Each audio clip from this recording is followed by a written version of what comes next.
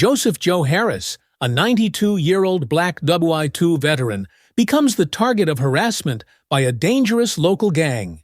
But when Joe and his tech-savvy grandson Sam strike back, they uncover a deeper criminal empire led by the ruthless Victor Lang. As tensions rise, Joe prepares for one final showdown to protect his home and bring the criminals to justice. Will an old soldier's strength and wisdom be enough to take down a powerful syndicate? Like, comment, and subscribe to follow Joe's thrilling journey. Don't forget to hit the notification bell so you don't miss the action. Riverside, a small southern town tucked away from the rest of the world, seemed frozen in time.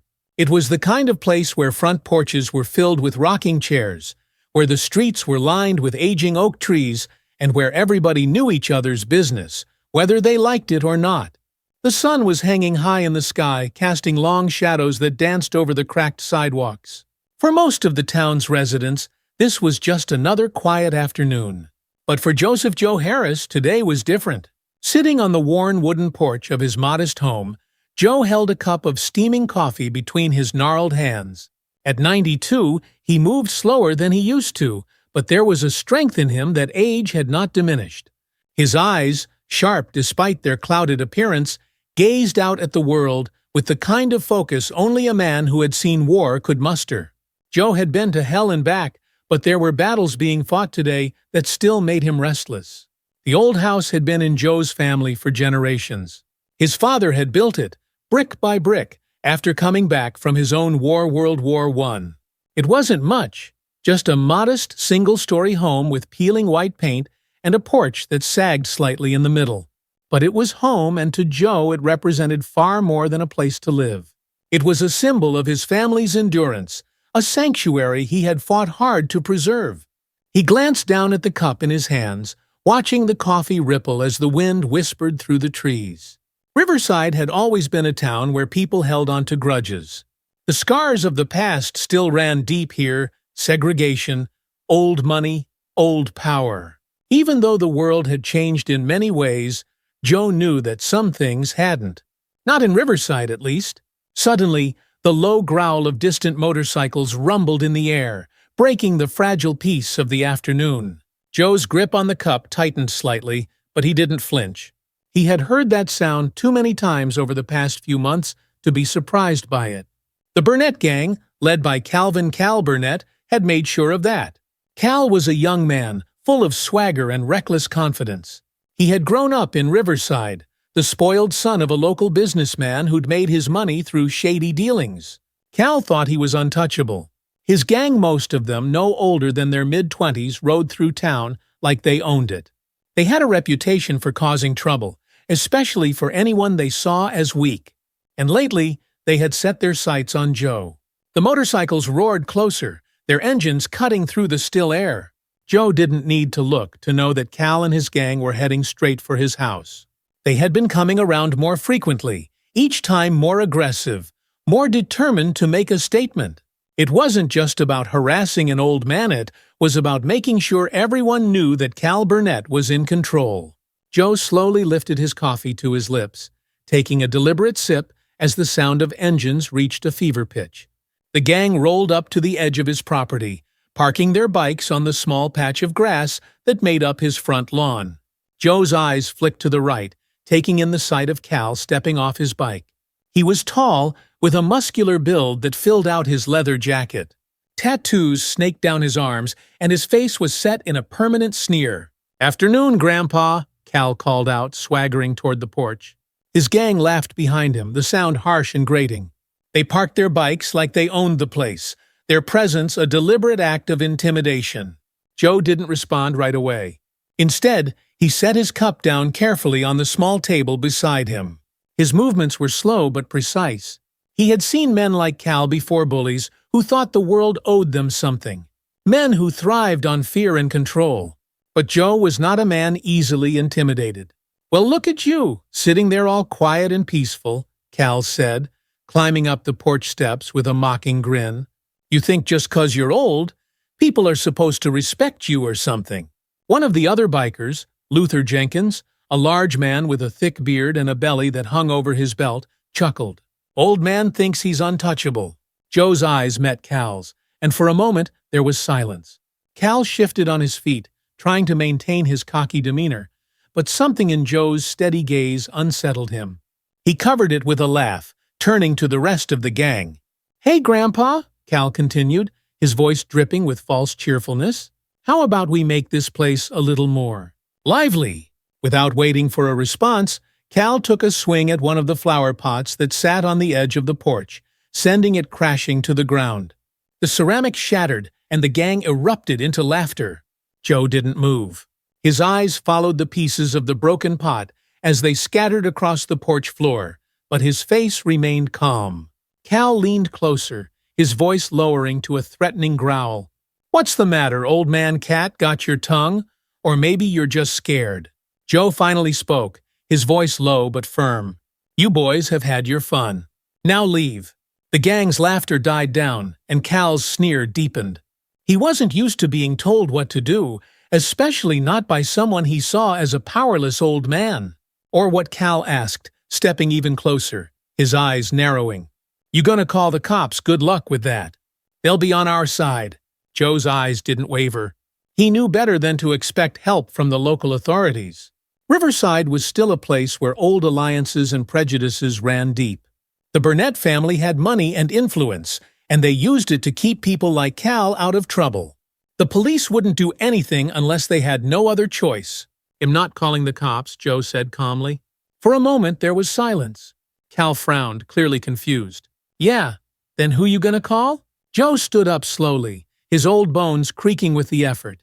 Despite his age, he still stood taller than most of the gang members, his presence commanding respect, even if they didn't want to give it. He reached into the pocket of his flannel shirt and pulled out a small, old flip phone. "I'm gonna make one call," Joe said, his voice steady. "And when I do, you're all gonna wish you never set foot on this lawn." The words hung in the air, heavy with meaning. Cal stared at the phone in Joe's hand, and for the first time there was a flicker of uncertainty in his eyes. But he quickly masked it with a laugh. "You're bluffing," he said, though his voice lacked its usual confidence. Joe didn't respond. He flipped the phone open and pressed a button. The phone began to ring, its shrill tone cutting through the afternoon air. Cal watched, his bravado slipping. "Who the hell are you calling, old man? Your bingo buddies?" Joe's eyes remained locked on Cal's, his expression unchanging. The phone continued to ring, and with each ring the tension in the air grew thicker. The rest of the gang shifted uneasily, no longer laughing. Something about Joe's calmness was making them nervous. Suddenly the ringing stopped. A voice on the other end answered, and Joe spoke in a low, clear voice. "Ethan, it's time. Activate the protocol." Cal blinked, his confusion deepening. "What the hell are you talking about?" Joe calmly closed the phone and slipped it back into his pocket. "You'll find out soon enough." The silence that followed was thick with tension. Cal's sneer had faltered, and the gang looked to him for direction. But for the first time Cal seemed unsure of himself. He tried to regain control of the situation, his voice rising in anger. "You think you can scare us with some stupid phone call? You're nothing, old man." But Joe didn't flinch. His calm, steady gaze never left Cal's face. He had faced worse threats in his life than a gang of reckless bikers. He had survived real war, real danger, and he wasn't about to let Cal Burnett and his crew scare him into submission. Cal's uncertainty grew, but he wasn't ready to back down in front of his gang. "Come on, let's get out of here," one of the bikers muttered, sensing the shift in the air. But Cal wasn't willing to leave just yet. "No," Cal growled, stepping closer to Joe. His hand twitched toward his jacket, where a knife was hidden. "We're not done here." Before Cal could act, Joe's phone buzzed with a text message. Joe calmly opened it, glancing down at the screen. A faint smile crossed his lips as he read the message. Cal, growing more frustrated by the second, snatched the phone from Joe's hand and looked at the screen. The message read, "Target locked. Phase 1 initiated." "What the hell is this?" Cal spat, shoving the phone back at Joe. Joe didn't answer. Instead, he simply turned and walked back into his house, leaving Cal and his gang standing on the porch, fuming. As the door clicked shut behind him, Cal stood there for a moment, his mind racing. He had no idea what Joe had just set in motion, but something about the old man's calm confidence left a nagging feeling of dread in the pit of his stomach. Calvin Burnett and his gang rode away from Joe's house that afternoon, but the feeling of uncertainty clung to them like a shadow. For the first time since they had started harassing Joe Harris, Cal felt like he had lost control of the situation. And Cal wasn't the type to let that stand. "Who the hell does that old man think he is?" Cal muttered, gripping the handlebars of his motorcycle tightly as they sped down the road. His gang trailed behind him, their usual laughter and bravado replaced with silence. "What was that protocol crap he was talking about?" Luther asked, pulling up beside Cal at a stoplight. "I don't know and I don't care," Cal snapped. "He's just trying to scare us. Thinks he can pull some trick and make us back off." But what if Luther started? But Cal cut him off with a glare. "There's no what if," Cal growled. "That old man's nothing. We run this town, remember? Hes lucky we didn't do worse today. Next time, we're not gonna be so nice." As they rode back to their clubhouse on the outskirts of town, Cal tried to shake the nagging feeling that had settled in his gut. Joe's calmness, the phone call, the cryptic text, it was all just a bluff, right? There was no way an old man like Joe Harris had any real power.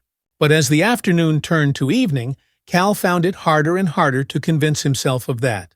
Back at the clubhouse, the gang gathered around, trying to plan their next move. The clubhouse was a run-down old building that used to be a bar, but now served as the gang's base of operations. It was filled with old pool tables, mismatched furniture, and the stench of cigarettes and stale beer. Cal paced in front of his crew, his mind racing. "We need to send a message. Show that old man he can't mess with us." Luther nodded, cracking his knuckles. "We could trash his place again.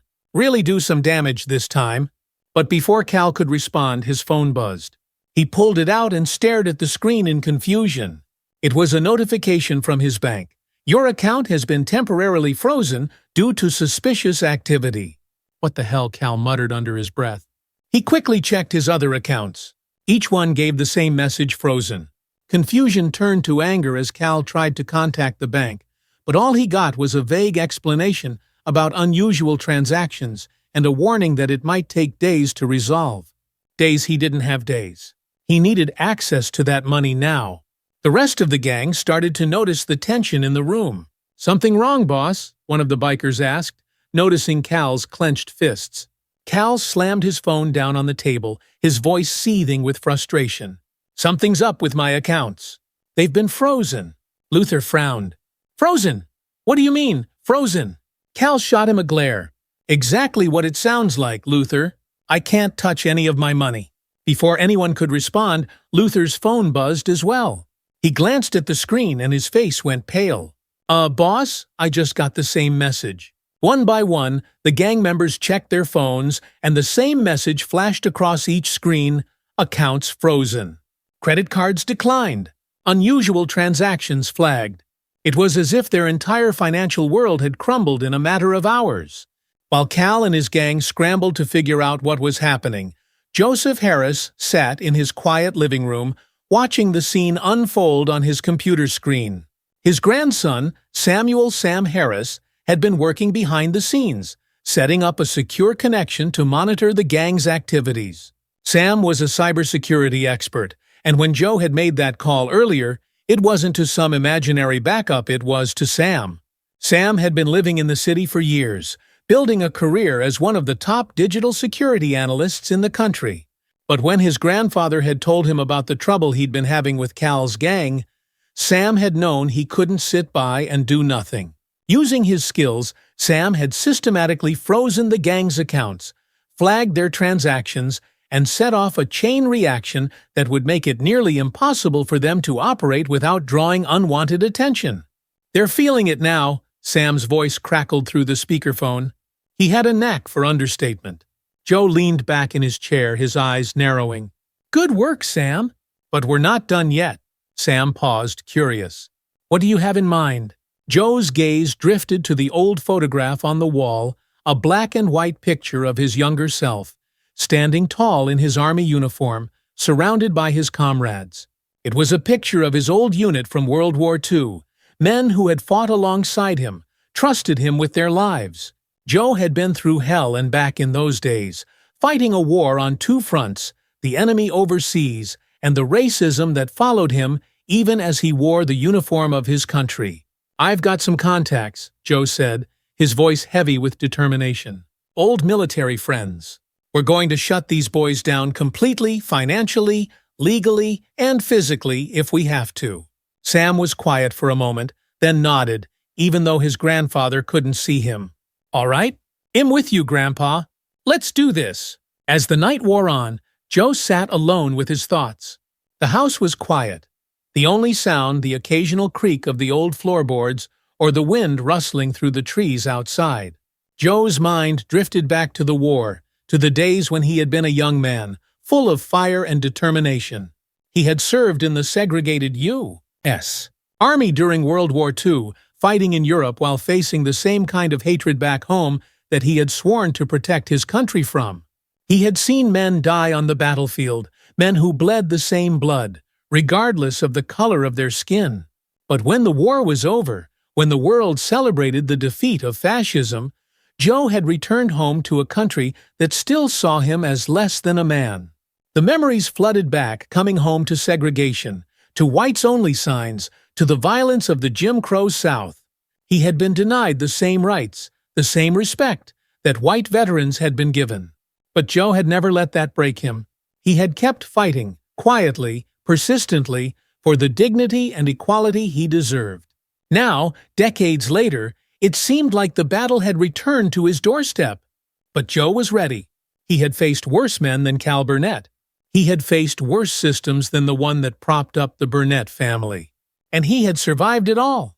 As the clock ticked on, Joe made another call, this one to an old friend, Colonel Robert McCaffrey.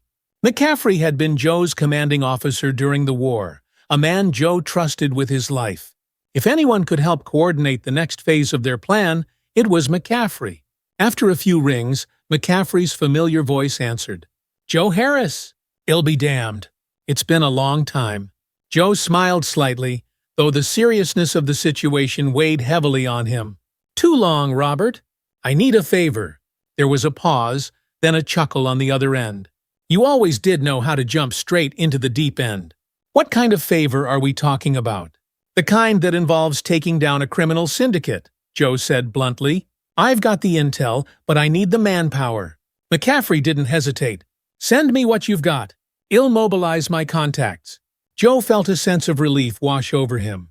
McCaffrey was one of the few men he could count on to handle something this big. With his influence in government and military circles, they had a real shot at dismantling the Burnett gang and exposing the larger criminal network behind them. "Thanks, Robert. I owe you one." McCaffrey chuckled again.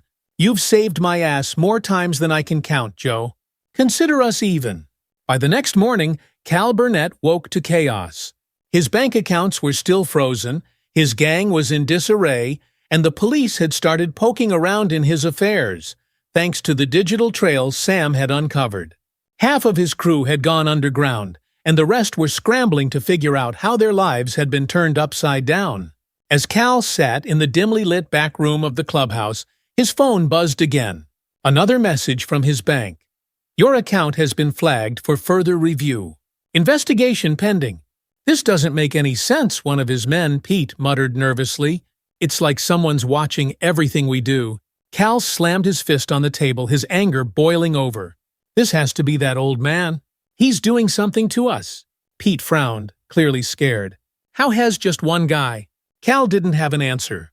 But as his mind raced, one thought stood out above the rest. Joe Harris had set something in motion. And now Cal was in over his head. The next morning, the air in Riverside was heavy with the kind of tension that only comes when something dangerous is about to unfold.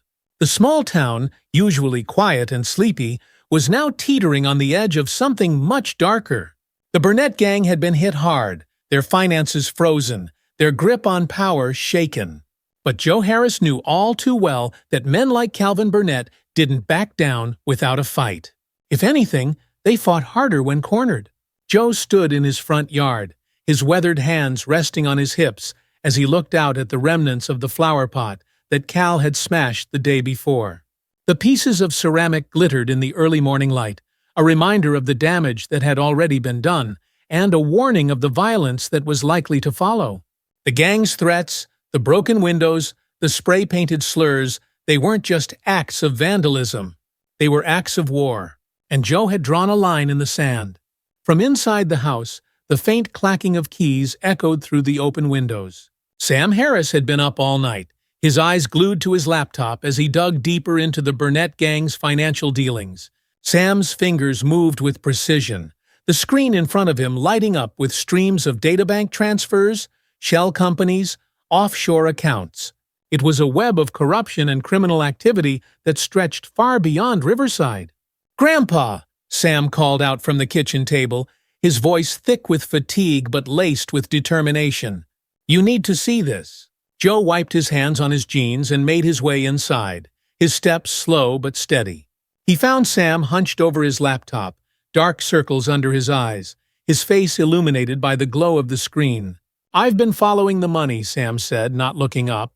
"Cal and his gang there, not just running things here in Riverside. They're part of something bigger, a lot bigger." Joe pulled out a chair and sat down across from his grandson, his eyes narrowing as he studied the screen. "Go on?"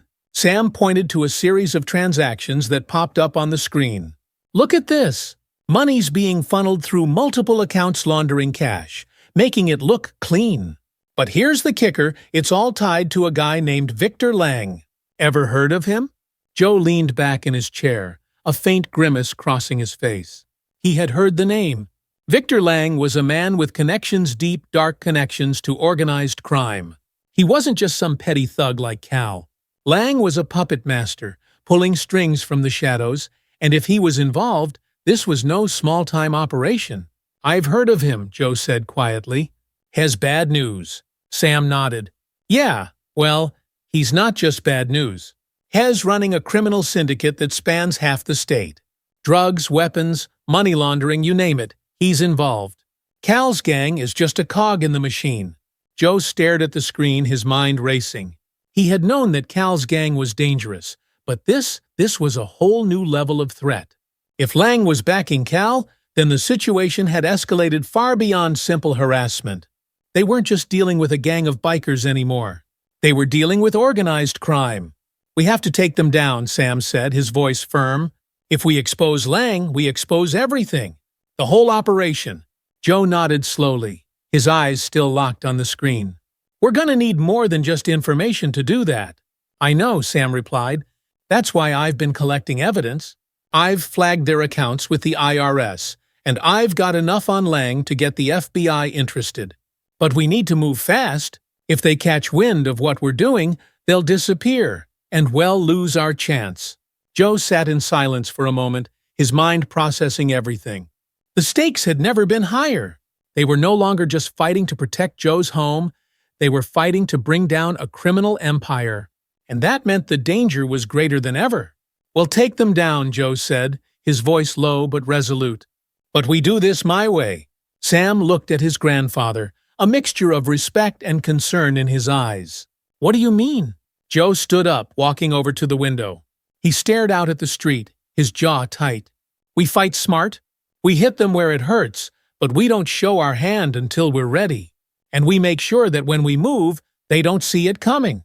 Sam's fingers hovered over the keyboard as he considered his grandfather's words. "You're talking about military strategy." Joe turned to face him, a grim smile on his face. "Something like that." While Sam worked tirelessly to gather more evidence against Victor Lang and the Burnett gang, Joe knew that they needed to do more than just collect information. They needed to make a statement, something that would show Cal and his crew that Joe wasn't just an old man they could push around. Something that would let them know that this was his fight, and he was far from done. Joe spent the afternoon preparing. His old war medals, framed and hanging on the wall, seemed to watch over him as he moved through the house, gathering supplies and planning his next move. The medals reminded him of a time when he had faced enemies far more dangerous than Cal Burnett. He had survived combat, endured the horrors of war, and come out the other side stronger for it. And now, in a different kind of battle, he would rely on those same instincts. Later that evening, as the sun dipped low in the sky and cast long shadows over Riverside, Joe sat on his porch, waiting. The air was thick with tension, and Joe could feel it in his bones. Something was coming. He didn't have to wait long.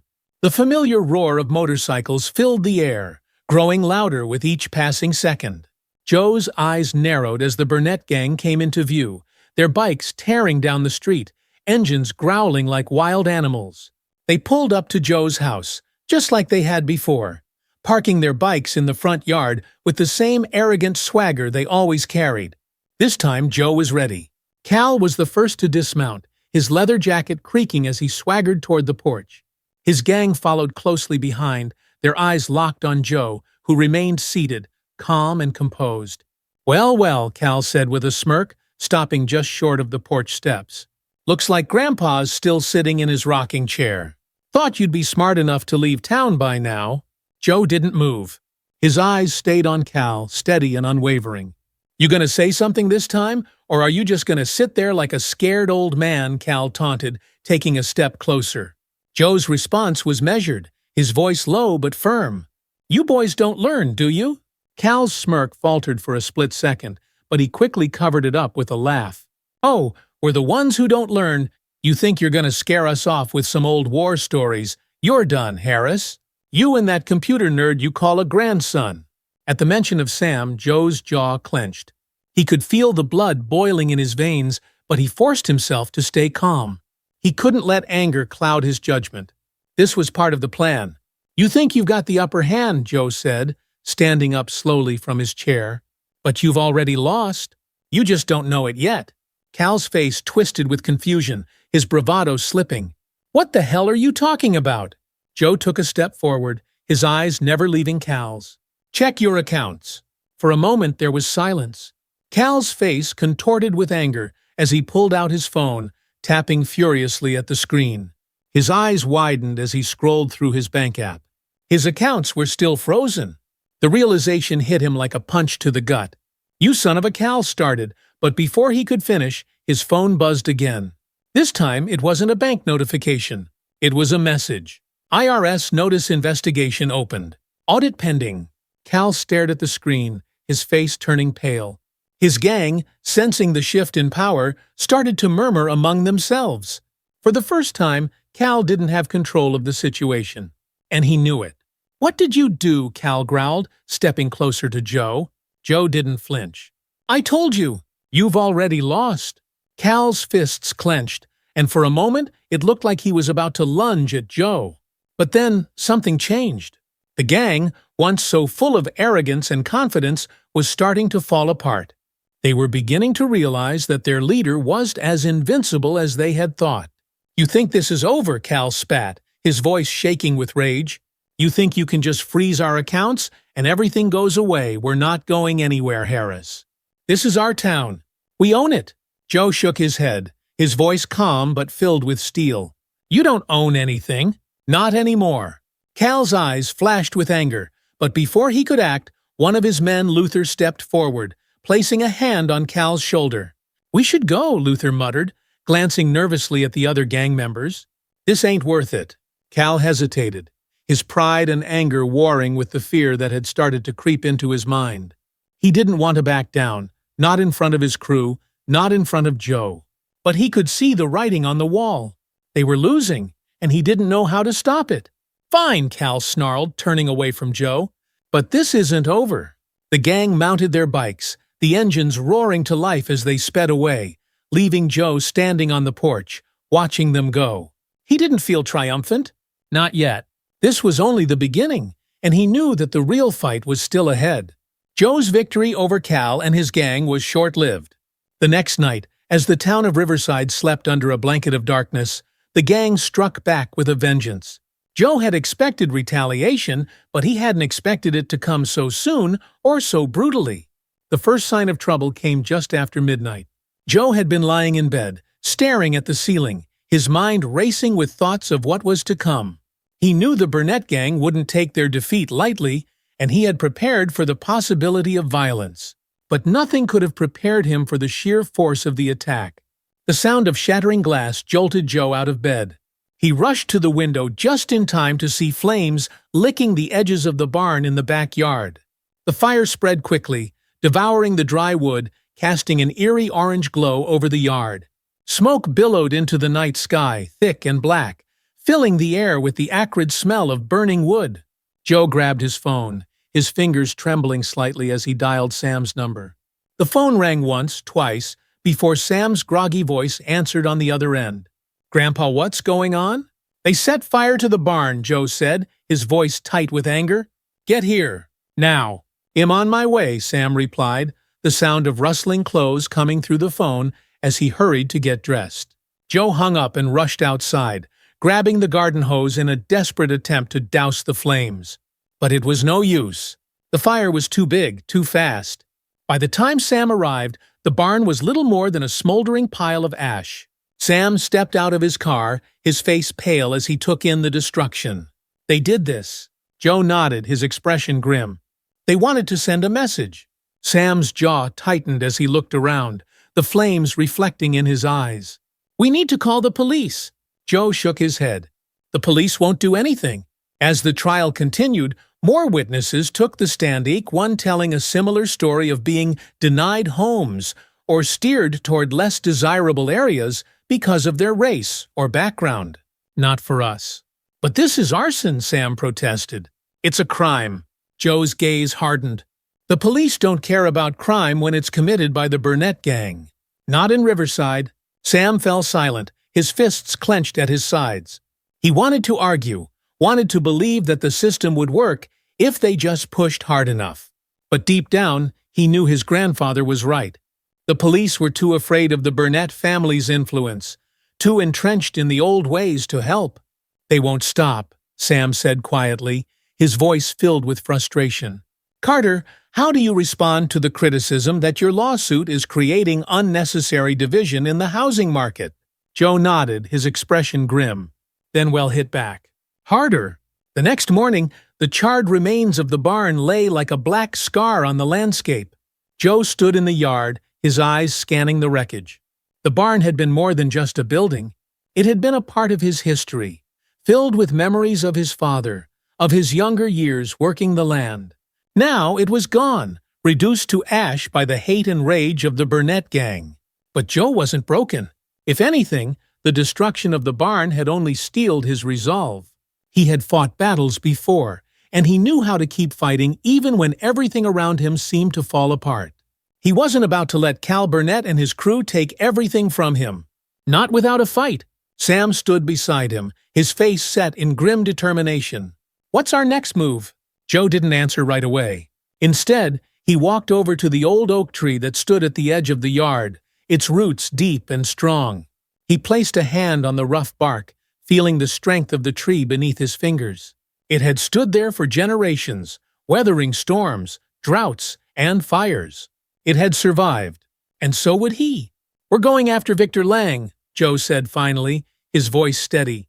Sam blinked, caught off guard. "Lang, are you sure, Hez? He's dangerous."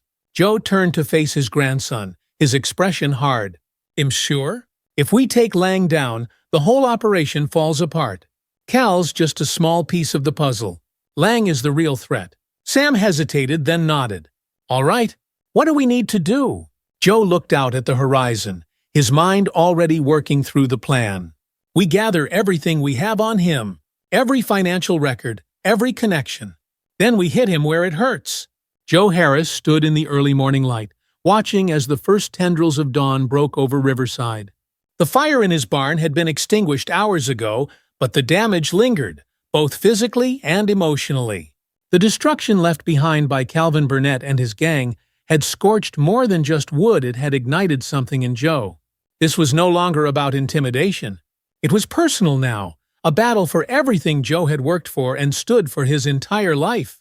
Inside the house, Sam was hard at work, tapping away at his laptop, the screen a blur of data and financial transactions. Joe walked into the kitchen, standing behind his grandson as he watched the young man work. Sam's face was pale and tense, but his eyes burned with the same determination that Joe felt deep inside. They weren't just fighting to protect the old homestead anymore. They were going after the men behind all of this, the ones who had built an empire on fear and intimidation. "We've got everything we need," Sam said, not looking up from the screen. I've traced Lang's financial network. Has laundering money through multiple shell companies, some based right here in Riverside. But it doesn't stop here. Lang's reach extends to the bigger cities' drug trafficking, weapons smuggling.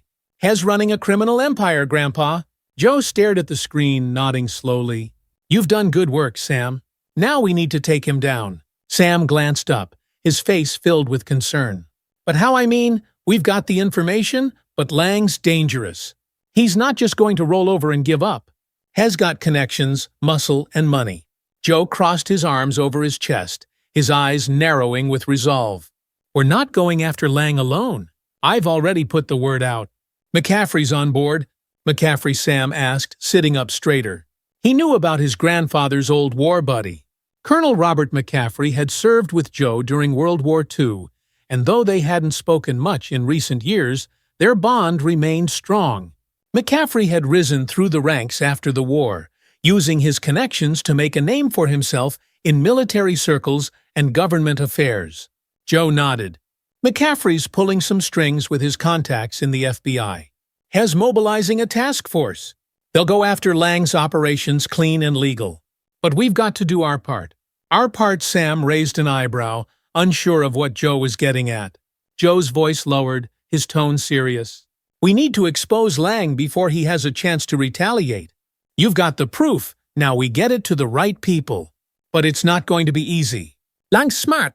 If he gets wind of what we're doing, he'll disappear. Sam leaned back in his chair, running a hand through his hair. So how do we stop him from getting away? Joe's eyes darkened, and a cold, calculated edge crept into his voice. We trap him. That afternoon, Joe made another call to McCaffrey. The old colonel had come through on his promise. Had mobilized a federal task force, putting together a team of agents who specialized in organized crime. They were ready to strike, but timing was critical. Everything's in place, McCaffrey said over the phone. But we've got a small window? We've been monitoring Lang's movements, and he's suspicious. It's only a matter of time before he starts tying up loose ends. We need to act now. Joe's jaw clenched as he considered the next steps. What's the plan? We're going to hit Lang's operations across the state, McCaffrey replied. Simultaneous raids on his warehouses, his drug routes, his money laundering schemes. We'll cripple his network, but we need to catch him in the act. If Lang goes underground, we lose him. Joe's mind raced. Lang wasn't going to be an easy target. He was too smart, too careful. They needed something that would force him to act, something that would draw him out of hiding. I'll get him out in the open, Joe said, his voice steady. McCaffrey was silent for a moment, then he sighed. I was afraid you'd say that. You're putting yourself in the line of fire, Joe. This isn't like the old days. Joe's expression didn't change. I know what I'm doing, Robert. McCaffrey's tone softened. Just be careful. I'll have my agents ready. You give me the signal, and we move. The sun was beginning to set as Joe and Sam made their way to the outskirts of Riverside, to an abandoned warehouse that Lang used to store some of his more illicit goods. It was the perfect place for a final showdown. Joe had been careful to spread the word quietly, knowing it would get back to Lang through his informants. Lang wouldn't be able to resist coming to see what Joe Harris had in store for him. As they approached the warehouse, Joe's pulse quickened, though his outward appearance remained calm. He had been in dangerous situations before, and his military training kicked in automatically. He was no longer the old man sitting on his porch. He was the soldier, the fighter, the man who had survived hell and come back stronger. Are you sure about this? Sam asked, his voice tense as they parked the truck just outside the warehouse. Joe glanced at his grandson, his eyes filled with determination. This is the only way. Sam hesitated, then nodded. I've got everything set up. Once we're inside, I can access their security system and get us a visual on Lang's men. Joe pulled out the old shotgun he'd kept from his military days, checking it carefully. He hadn't used it in years, but it felt natural in his hands. Stay close to me, Sam. We do this smart. They entered the warehouse quietly, slipping through a side door that Sam had hacked into earlier. Inside, the air was thick with the smell of dust and oil, the shadows long and foreboding. The space was massive, with towering shelves stacked high with crates and boxes. Somewhere in this labyrinth, Lang was waiting. Joe could feel it. Sam's laptop pinged softly as he tapped into the security feed. "I've got eyes on them," Sam whispered. "They're in the back room. Looks like Lang brought a small crew." Joe nodded, his grip tightening on the shotgun. "Let's go." They moved through the warehouse, their footsteps barely audible against the concrete floor. Joe's senses were heightened, every noise, every flicker of movement registering in his mind. He wasn't just an old man anymore, he was a soldier, back on the battlefield. As they neared the back room, Joe motioned for Sam to stay low. They crept up to the doorway, peering inside. Just as Sam had said, Lang was there, standing in the center of the room, surrounded by a few of his men. Lang was tall, with a lean, angular face and cold, calculating eyes. He was dressed in a dark suit, looking completely out of place in the dingy warehouse. "You sure about this, boss?" one of Lang's men muttered, glancing around nervously. "It feels like a setup." Lang didn't flinch. "Harris won't risk a setup. Hez too smart for that. This is about revenge. He wants to face me man to man." Joe's lips curled into a grim smile.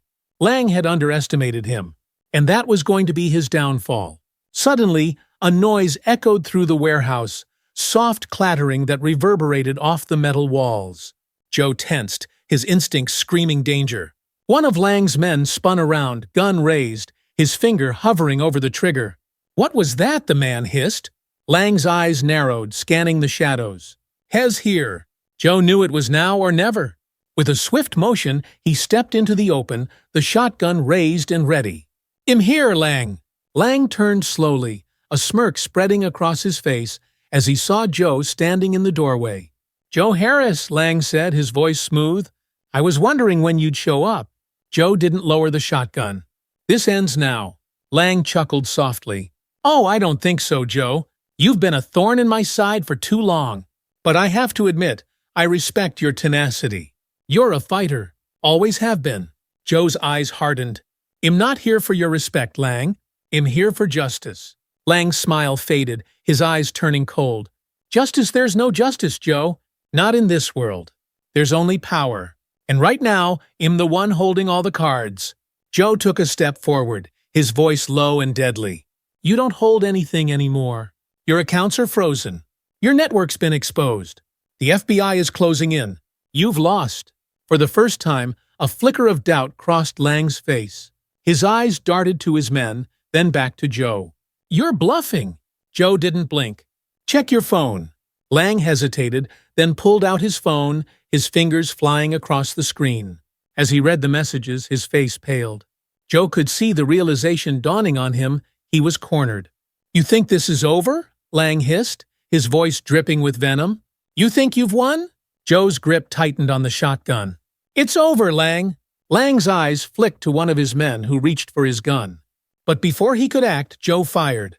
The shotgun blast echoed through the warehouse, the sound deafening. Lang's man crumpled to the floor, his gun clattering out of his hand.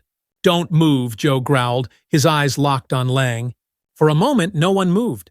The air was thick with tension, the smell of gunpowder hanging in the air. Lang's men looked at each other, unsure of what to do. Lang's face twisted with rage, but he didn't move. "I could kill you right now," Joe said, his voice cold and steady. "But that's not how this ends." Before Lang could respond, the sound of approaching sirens filled the air. Joe's heart raced as he heard the unmistakable sound of unmarked cars pulling up outside the warehouse. McCaffrey's task force had arrived. Within minutes, the warehouse was swarming with federal agents. Lang's men were handcuffed and led out one by one, their heads hung low in defeat. Joe stood off to the side, watching as the operation unfolded, his shotgun still resting in his hands. McCaffrey appeared at Joe's side, his eyes filled with admiration. "You did it, Joe. We've got them all." Joe nodded, his face grim. "It's not over yet. Lang's still got allies out there. He won't be the last." McCaffrey clapped Joe on the shoulder. "Maybe not, but you've struck a blow that'll take them years to recover from. Riverside's safe now. You've done more than enough." Joe glanced over at Lang, who was being escorted out of the warehouse in handcuffs, his face twisted with anger and defeat.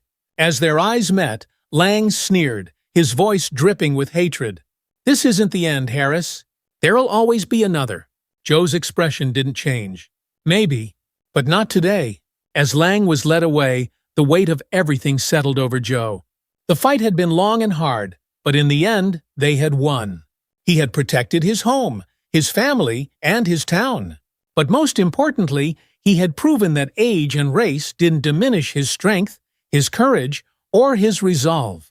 The sun was rising as Joe and Sam walked out of the warehouse, the cool morning air filling their lungs. The battle was over, but Joe knew that the fight for justice was never truly done. There would always be more challenges, more threats. But as long as there were people willing to stand up, like Joe and Sam, there was hope. "You ready to go home?" Sam asked, glancing at his grandfather. Joe smiled, a weary but satisfied smile. "Yeah, let's go home." Back at the house, the morning light streamed through the windows as Joe and Sam sat together on the porch, sipping coffee. The scars of the battle remained, both the physical damage to the property and the emotional toll of the fight. But there was a sense of peace now, a calm that had been absent for so long. Sam looked over at his grandfather, a smile playing at the corners of his mouth. "You did it, Grandpa. You brought them down." Joe chuckled softly. "We did it, Sam. I couldn't have done it without you." As they sat in silence, watching the world wake up around them, Joe's heart swelled with pride. He had fought for what was right, just as he had all those years ago in the war. And though the battles were different now, the fight for justice never truly ended. "You think it's really over?" Sam asked quietly. Joe took a deep breath, looking out at the horizon. "For now, but there'll always be more to fight for." Sam nodded, understanding the weight of his grandfather's words. The fight wasn't just about defeating men like Lang. It was about standing up against injustice, no matter where it came from. And as long as there were people willing to fight, there was always hope. As the sun climbed higher in the sky, casting a warm glow over Riverside, Joe felt a sense of peace settle over him. The world was far from perfect, but for now, it was enough. If you enjoyed this story, don't forget to like, comment, and subscribe for more thrilling tales of courage, justice, and redemption. Hit the notification bell so you never miss an update, and share this story with friends and family who love powerful, inspiring stories like this one. Thanks for watching. Mia smiled, leaning her head against his shoulder. "Yes, we did. And it's just the beginning." 1 year later, Hope Rising was no longer just a local initiative, it had become a model for affordable housing and community development across the country. Cities from coast to coast were reaching out to Jason and Mia for help in replicating the success of their project. What had started as a fight against discrimination had blossomed into a movement that was changing lives.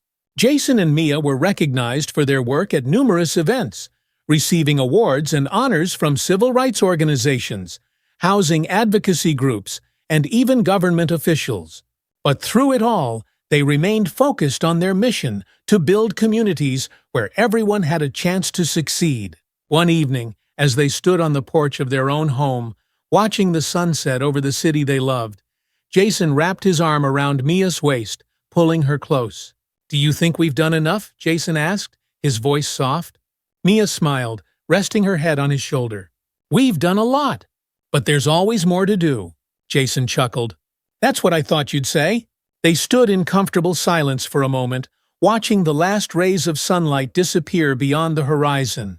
The journey had been long, and it hadn't always been easy, but they had made a difference, one that would be felt for generations to come. As they stood there, surrounded by the life they had built together, Jason and Mia knew that their legacy wasn't just about the homes they had helped create, or the communities they had strengthened. It was about the hope they had given to people who had been denied it for so long. And that hope would continue to rise. As Hope Rising developments flourished, Jason and Mia Carter found themselves at the forefront of a growing national movement for housing justice. Their model for affordable, inclusive communities was being studied, replicated, and praised in cities across the United States. Each new Hope Rising project represented not just houses, but the transformation of lives, proof that access to safe, affordable housing could rebuild neighborhoods and offer families a fresh start. But Jason and Mia knew they couldn't rest on their laurels. The battle against housing discrimination wasn't over. They had won key victories, but systemic issues still persisted, from redlining practices that kept people of color out of certain areas to predatory lending that disproportionately affected low-income communities. One day, as they sat in their office going over the latest reports on their newest development in Los Angeles, Mia glanced at Jason with a thoughtful look. "Do you ever feel like we're just putting out fires?" she asked quietly, tapping her pen against the table. Jason looked up, his brow furrowed. "What do you mean?" Mia leaned back in her chair, her eyes distant. "We've done so much, Jason, but every time we make progress, it feels like we uncover more problems. There's still so much injustice baked into this system, so many barriers for people trying to get a foothold. We're helping, but we're not fixing the root of the issue." Jason nodded slowly, understanding what she meant. "You're right. It's like we're treating the symptoms, not the disease." Mia sighed. "We need to think bigger.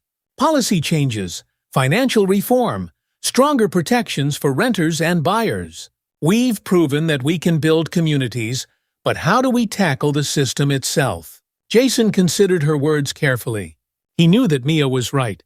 They had fought hard to build Hope Rising, but the deeper problems, the discriminatory lending practices, unfair zoning laws, and lack of enforcement of fair housing regulations were all still in place. It wasn't enough to build new homes. They needed to change the framework that made housing inequality possible in the first place. "Maybe it's time to take this fight to the next level," Jason said after a long pause. Mia raised an eyebrow. "What do you have in mind?" Jason leaned forward, his voice steady but filled with determination. "We need to push for national housing reform. We've already made waves with the Fair Housing and Community Development Act, but we need to go further. We need to work with lawmakers, advocacy groups, and even financial institutions to address the systemic issues that keep people from accessing safe, affordable housing. We've got the platform. We can make real change." Mia smiled slightly, the spark of determination returning to her eyes.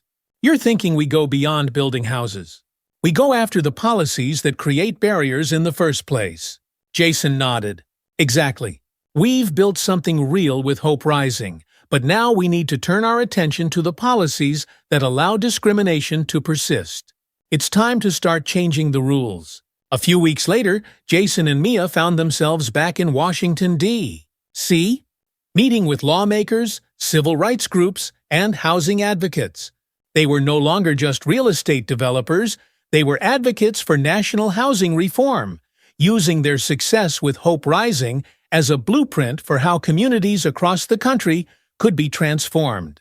They began working closely with the National Fair Housing Alliance (NFHA) and other key organizations to draft comprehensive legislation aimed at addressing the root causes of housing inequality.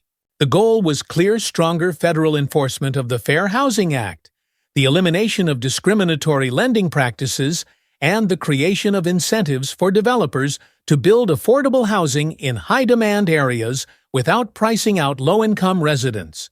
Mia, always the strategist, led many of the meetings with lawmakers. She was clear, concise, and unflinchingly honest about the challenges people of color and low-income families faced when trying to secure housing.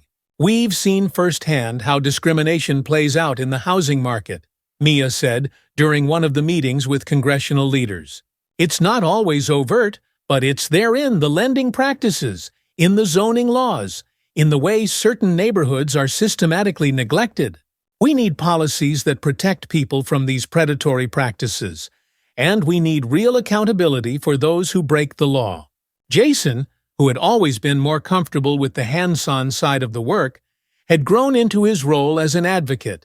He spoke with passion, sharing stories from the families they had helped through Hope Rising and explaining why the work they were doing had to be scaled up on a national level.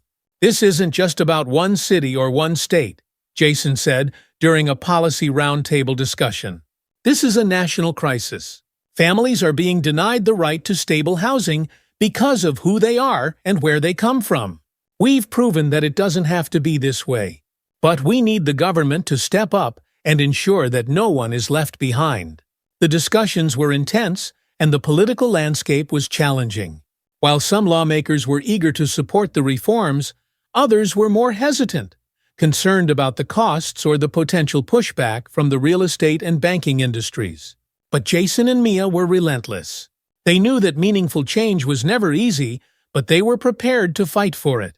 As their advocacy efforts continued, Jason and Mia remained deeply involved in their hope-rising communities. They traveled to each new development as it opened, meeting with families, attending ribbon-cutting ceremonies, and ensuring that the communities were not only growing, but thriving. They had built something powerful, something that was making a real difference in people's lives. One afternoon, as they visited a newly completed development in Baltimore, Jason and Mia were approached by a young couple, Derek and Angela Thompson, who had just moved into one of the homes. "We just wanted to thank you," Derek said, shaking Jason's hand. "This place, it's everything we dreamed of. We didn't think we'd ever be able to own a home, especially not one like this. You've given us a chance we never thought we'd have." Angela, holding their young daughter in her arms, smiled warmly. "We're going to raise our daughter here, in a place where she can feel safe and proud of where she comes from. That means everything to us." Mia's heart swelled as she listened to them. These were the moments that made all the hard work worth it.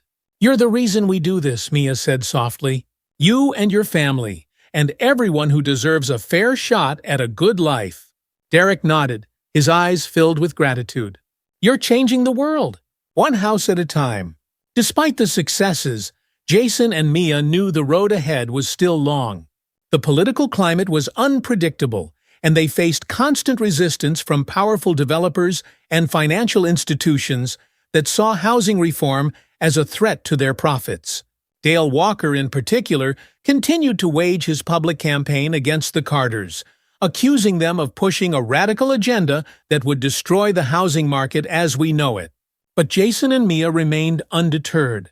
They knew they were fighting for something bigger than profits. They were fighting for justice.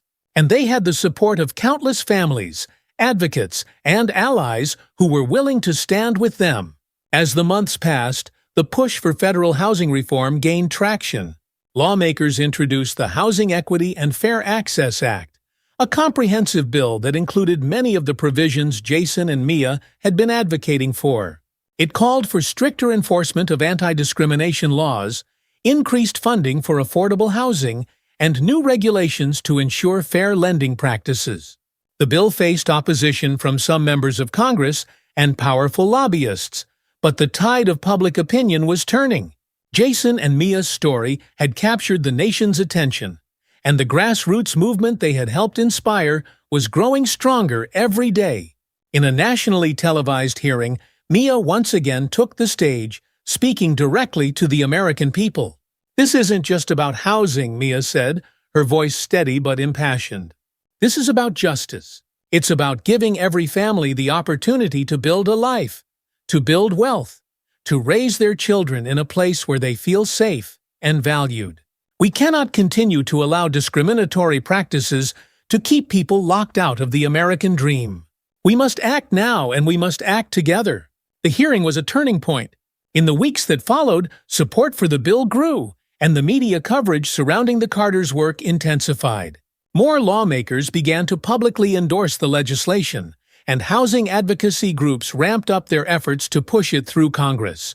By the end of the year, the Housing Equity and Fair Access Act passed both houses of Congress and was signed into law by the President. It was a historic moment, and Jason and Mia were there to witness it, standing alongside lawmakers and advocates who had fought tirelessly for change. As they stood on the steps of the Capitol, watching as the President signed the bill into law, Jason felt a profound sense of accomplishment. This was what they had been fighting for all along, not just for themselves, but for the countless families who would benefit from the changes they had helped bring about. Mia smiled, her eyes filled with pride as she looked at Jason. "We did it!" Jason nodded, wrapping his arm around her. "Yeah, we really did." But Mia, ever the visionary, wasn't ready to rest just yet. "This is just the beginning," she said, her voice filled with determination. "We've changed the law, but now we need to make sure it's enforced." Jason chuckled softly. "You never stop, do you?" Mia grinned. Not when there's still work to be done. Years later, Jason and Mia Carter stood at the entrance of their latest hope-rising development in New Orleans. The community, named Carter Village, had become a beacon of hope for the city, providing affordable housing, job training programs, and educational opportunities for its residents. It was the largest development they had ever built, and it represented everything they had worked for. As they walked through the bustling neighborhood, they were greeted by familiar faces, residents who had found new beginnings in Carter Village. Families who had once been denied a place to call home, but were now thriving. The journey had been long, and it hadn't always been easy, but Jason and Mia knew that they had made a lasting impact. They had fought for justice, and they had won one law. One community, one family at a time. Standing on the edge of the playground, watching children laugh and play, Jason turned to Mia, a content smile on his face. "We've built something incredible," he said softly. Mia nodded, her heart full. "We have, and it's going to last." Jason looked out at the horizon, the sun setting over the rooftops of the homes they had helped create. This is what it's all about, isn't it?" Mia smiled, leaning into him. "Yes, it is." They stood there, hand in hand, knowing that they had left a legacy of hope and change. Their fight for housing justice wasn't over, but they had come so far, and the future was brighter than ever. If you enjoyed this story and want to hear more about inspiring journeys, don't forget to like this video and subscribe to our channel. Hit the notification bell so you never miss an update on the latest stories of change, justice, and hope. Subscribe today and join us as we continue to explore stories that make a difference. The company had to choose a side. Either it stood for the values of fairness and inclusion, or it would continue to enable discriminatory practices. "We're prepared to take this to court," Olivia said, her tone firm. "But we'd prefer to resolve this internally, with full accountability and corrective action." Jenna Riley's actions have been damaging to both the company and its passengers. It's time for her to take responsibility. Jenna's lawyer, Robert, leaned forward, his voice firm but clearly on the defensive. "Ms. Brooks, Miss Carter, I think we can all agree that this situation has been difficult for everyone involved. But let's not lose sight of the fact that Jenna was acting within her role as a flight attendant, trying to ensure the safety and comfort of all passengers." Ava cut him off again, her patience wearing thin. "No, Mr. Marston, this isn't about safety or comfort. This is about respect, about human dignity, and the fact that you're still trying to frame it otherwise tells me you don't understand the gravity of what's happening here." She turned her gaze back to Jenna, her voice softening but still carrying the weight of her conviction. "Jenna, I'm giving you the opportunity to own up to what you did. This is your chance to make things right, not just for me, but for everyone who has been affected by your actions." For a moment the room was silent. Jenna's face was tense, her fingers gripping the arms of her chair. Ava could see the internal battle playing out in her eyes, the fear of losing everything she had worked for, the stubbornness of not wanting to admit fault, and perhaps, just beneath the surface, the faint flicker of remorse. Jenna's lawyer leaned in to whisper something to her, but Ava could see that the real struggle was happening within Jenna herself. After what felt like an eternity, Jenna finally spoke, her voice low and unsteady. I didn't mean to hurt anyone," Jenna said, her eyes downcast. "I was just trying to do my job." Ava didn't respond immediately, allowing Jenna to continue. "I've worked for this airline for years, and I always thought I was doing the right thing," Jenna said, her voice breaking slightly. "But I see now that I wasn't thinking about how my actions affected people. I was wrong." Ava remained silent, waiting. "Really bad." Jenna looked up, meeting Ava's eyes for the first time. "I'm sorry, Ava. I really am. I didn't see it before, but I do now, and I'll do whatever it takes to make things right." Ava nodded, the weight of the moment settling in her chest. Jenna's apology was far from perfect, and there was still a long road ahead. But it was a start, a necessary step toward accountability and healing. "We'll discuss the terms of a resolution," Olivia said, her voice cutting through the silence. "But we expect full cooperation moving forward. This isn't just about closing the case, it's about making sure that this never happens again." Jenna nodded, her shoulders slumping slightly as the reality of the situation sank in. Her lawyer remained quiet, clearly aware that the fight had shifted in Ava's favor. Ava glanced at David and the other executives, who were still processing the gravity of what had just unfolded. There was no going back now. The company had reached a crossroads, and Ava had made it clear which path they would be taking. "This isn't the end," Ava said quietly, addressing the room. "It's the beginning of something better. We're going to rebuild this company from the ground up, and that starts with owning our mistakes and making real changes." The meeting adjourned shortly after, and as the others filed out of the room, Ava remained seated for a moment, letting the quiet settle around her. It wasn't victory, not yet. There was still so much work to be done. But it was a step forward. A step toward creating a culture that truly reflected the values she had always believed in. As Olivia packed up the last of the documents, she looked over at Ava, a small smile playing at the corners of her lips. "You did it, Ava. We're moving in the right direction." Ava exhaled slowly, nodding. "We are, but we're not done yet." Ava Brooks sat in the quiet of her office, watching the early morning light filter through the glass windows. The confrontation with Jenna Riley had been a turning point, but now the real work began, the aftermath. The company was poised on the edge of a transformation, and Ava could feel the weight of responsibility pressing down on her. This wasn't just about her personal vindication. It was about changing an entire system. The previous week had been a whirlwind of meetings and difficult conversations. Jenna's public apology, though far from perfect, had sent ripples through the airline. For the first time, employees were openly talking about the culture that had silently permeated the company for years. Some were uncomfortable with the shift, while others, particularly those who had quietly suffered, began to feel hopeful that real change was coming. Ava's phone buzzed on her desk, breaking her from her thoughts. It was a message from Olivia. "Court ruled in our favor. Formal settlement agreement being drafted. We can discuss terms today." Ava's heart skipped a beat. They had won. After months of legal battles, emotional strain, and seemingly endless meetings, the court had ruled in their favor. Jenna Riley would face formal consequences for her actions, and the airline would be held accountable for its role in allowing discriminatory behavior to persist. But more importantly, this legal victory meant that the reforms Ava had been pushing for could no longer be brushed aside.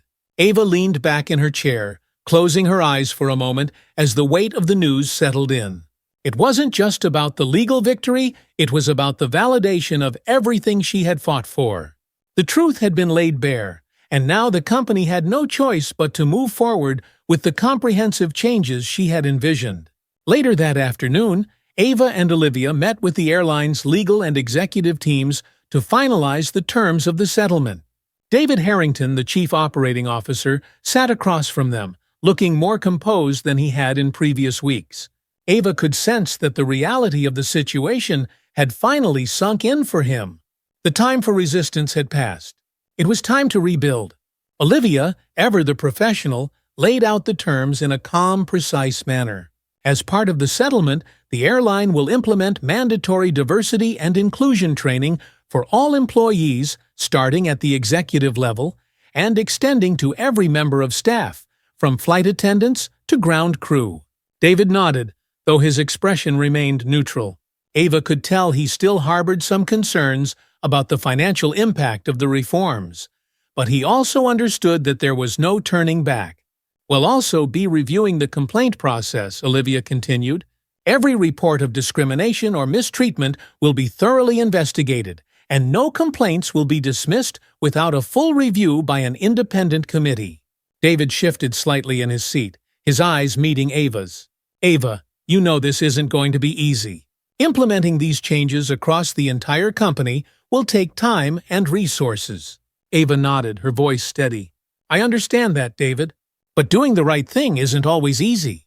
This is about more than just protecting the company from legal consequences. It's about creating a culture where everyone is treated with respect, where every passenger and employee feels safe and valued." David sighed but nodded in agreement. "You're right. We should have addressed this a long time ago." Olivia continued with the rest of the terms. Jenna Riley would be placed on leave, pending further investigation, and the company would make a public commitment to addressing systemic discrimination. The airline would also provide compensation to affected employees and passengers who had come forward with complaints. When the meeting concluded, Ava felt a sense of closure beginning to take root. It wasn't about punishment or retribution. This was about making sure that what had happened to her and to others like her would never happen again. In the days that followed, the news of the settlement broke, sparking a media frenzy. Headlines splashed across newspapers and news sites. Airline settles in discrimination case, major reforms on the way. CEO Ava Brooks leads fight for corporate accountability. Airline faces reckoning after racial discrimination lawsuit. For the first time, Ava wasn't anxious about the media attention. This was the story she wanted out there, a story about transformation, about owning up to mistakes and pushing for a better future. The narrative had shifted from a scandal to one of accountability and growth. The public response was overwhelmingly supportive. Messages flooded in from across the world, customers, employees, and even people who had never flown with the airline, thanking Ava for standing up, for refusing to let the issue be swept under the rug. Some shared their own stories of being mistreated or overlooked, inspired by Ava's determination to fight back. But Ava's focus was already on the future. The reforms were being rolled out across the company, starting with the senior leadership team. The diversity and inclusion training sessions were designed not just as a formality, but as a real opportunity for change. The program would include practical workshops where employees would learn how their unconscious biases could affect their work and how to create a more inclusive environment for all passengers. Ava personally oversaw the training for the executive team, determined to ensure that the changes started at the top. She stood at the front of the room, addressing the group of senior leaders, some of whom had been with the company since its inception. "This is where the real work begins," Ava said, her voice strong but filled with purpose. "It's not enough to implement policies. We have to live them. We have to show our employees, our customers, and the world that we're committed to being better." There were murmurs of agreement around the room, but Ava knew that words were only the beginning. Action was what mattered now. Real change required commitment, and she was prepared to lead that charge. A few weeks later, as the dust settled and the company began to adjust to the new changes, Ava found herself sitting in her office once again, looking out at the city skyline. The sun was setting, casting a warm glow over the buildings. The long journey, filled with emotional highs and lows, was finally beginning to pay off. Her phone buzzed with a message from Olivia: "Training sessions going well. Staff feedback is positive so far. We're making progress." Ava smiled, feeling a sense of quiet satisfaction.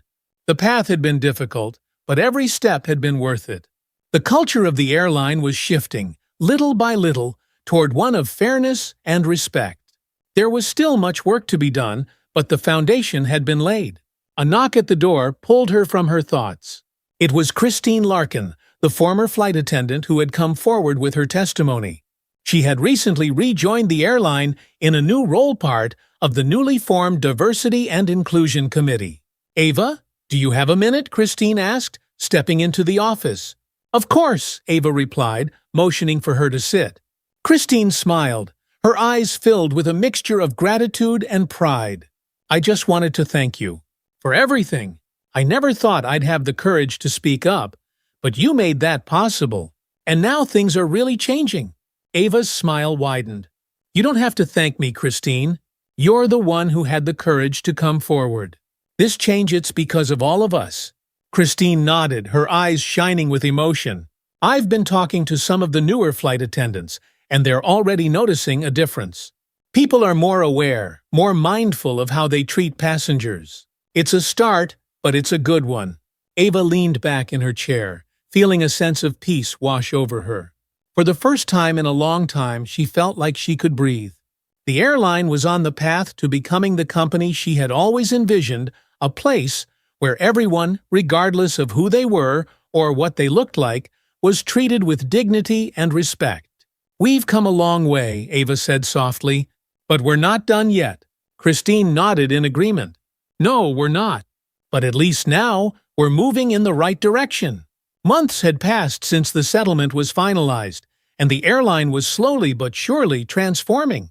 The diversity and inclusion initiatives had expanded beyond training sessions to include mentorship programs, employee resource groups, and a new system for handling complaints that ensured every issue was addressed with transparency and accountability. Ava had made sure to stay deeply involved in the process, regularly meeting with staff and listening to their feedback. She knew that real change wasn't something that could be mandated from the top. It had to be cultivated from within, nurtured by every employee. On one particular morning, Ava found herself on a flight, this time as a passenger, seated in first class once again. But this flight felt different. The atmosphere was lighter, the staff friendlier. As she looked around, she noticed something she hadn't seen on her previous flights: diversity. The crew was made up of people from various backgrounds, and the passengers reflected the same diversity. A flight attendant approached her, smiling warmly. "Ms. Brooks, can I get you anything?" Ava smiled back, feeling a sense of pride in how far the company had come. "Just some water, thank you." As the flight attendant walked away, Ava leaned back in her seat, gazing out the window at the clouds rolling by. The fight had been long and hard, but the reward was clear: a company that had embraced change, that had grown stronger because of it. Ava knew that the journey wasn't over. There would always be challenges, always more work to be done. But for now, she could rest easy, knowing that she had made a real difference, not just for herself, but for countless others. As the plane soared through the sky, Ava felt a deep sense of fulfillment. The airline she had built was finally living up to the vision she had always dreamed of, one where everyone had a seat at the table, and everyone was treated with the respect they deserved. And in that moment, Ava knew that she had truly won. Ava Brooks never sought recognition. In her heart, she had always believed that real change didn't need the spotlight. It needed dedication, persistence, and the courage to stand up when it mattered most. As the months turned into a year since the settlement, her life had settled into a new rhythm. The airline had undergone a transformation that extended beyond its policies. It had reshaped its identity. And while Ava felt a deep sense of accomplishment, she knew there was still more to be done. One crisp autumn morning, Ava was invited to speak at a national conference on corporate responsibility and diversity. The event had drawn leaders from various industries, eager to discuss how businesses could not only survive but thrive by fostering inclusive environments. As Ava stood backstage, reviewing her notes, she reflected on how far she had come and how far the company had come, thanks to the battle she had fought. "Ava, you're up in 5, Olivia said, coming up beside her with a reassuring smile. Ava nodded, feeling a familiar surge of energy as she prepared to step into the limelight. She wasn't one for grand speeches, but this was different. This was a moment where she could share her story and inspire others to take the same steps, to hold their own companies accountable, and foster a culture where everyone felt valued. As the conference host introduced her, Ava took a deep breath and stepped onto the stage. The bright lights of the auditorium illuminated the hundreds of faces watching her intently, but she wasn't nervous. She was ready. "Good morning," Ava began, her voice strong yet warm. "Thank you for having me here today. I want to start by saying that change doesn't happen overnight. It doesn't happen because one person decides it's time. It happens when a collective force within a company, a community, or a society says enough is enough." The audience was silent, their attention fixed on Ava as she continued. "A little over a year ago, I stood in the same position many of you are in, now leading a company, grappling with complex issues, and faced with a decision that would define not just my business, but who I was as a leader. The story many of you know began with a single flight, a flight where I, a black woman, a CEO, was made to feel like I didn't belong in a seat I had rightfully paid for. But that flight was just the catalyst." Ava paused, letting the weight of her words settle in. What followed was a journey of accountability, one where I and my team had to confront the uncomfortable truth that even the company I had built had allowed a toxic culture to take root. It wasn't easy. There were moments when I wanted to step back, moments when I questioned whether the fight was worth it. But it was worth it. Because it wasn't just about me, it was about every person who had ever felt marginalized, dismissed, or disrespected because of who they were or how they looked. The audience remained silent, hanging on to every word. The auditorium was packed, the hum of conversation filling the air as Marcus stood backstage, waiting for his turn to speak. We've implemented diversity and inclusion training across every level of our company, restructured our complaint processes to ensure that no voice goes unheard, and fostered an environment where our employees and passengers know that they are valued. But I'm not here to talk about our success. I'm here to challenge you all to look within your own organizations. Because the truth is, this issue isn't isolated to one company, one industry, or one country. A few heads nodded in agreement. Ava could feel the connection she was building with the room.